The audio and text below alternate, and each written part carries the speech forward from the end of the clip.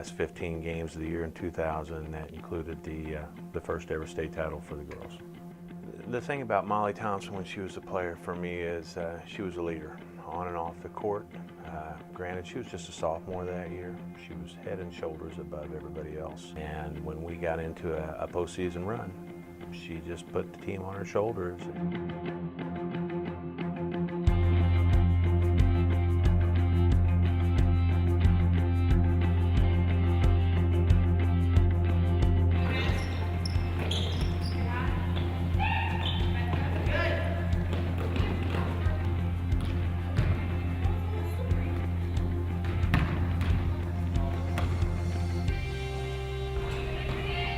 I was lucky enough to coach somebody that comes around once in a lifetime in Molly Thompson.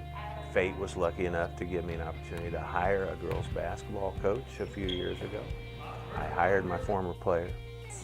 It's very exciting. I think anytime that you can play somewhere and really enjoy it and come back and coach and work with some tremendous kids, it's a lot of fun, and it's a great community to be a part of where you have so much support, whether it's in the community, in the school, to where everything's a neat experience. Well, obviously he's my boss, but he's always been a role model ever since I was a player here. I've learned a lot from him as far as just to coach kids. Maybe not, I mean, I've learned strategy and stuff, but I think his biggest impact on me is just people, how to coach people and how to instill confidence in your players. From a coach's perspective, she was a once-in-a-lifetime kid that you had an opportunity to coach. She was a leader for me on and off the court.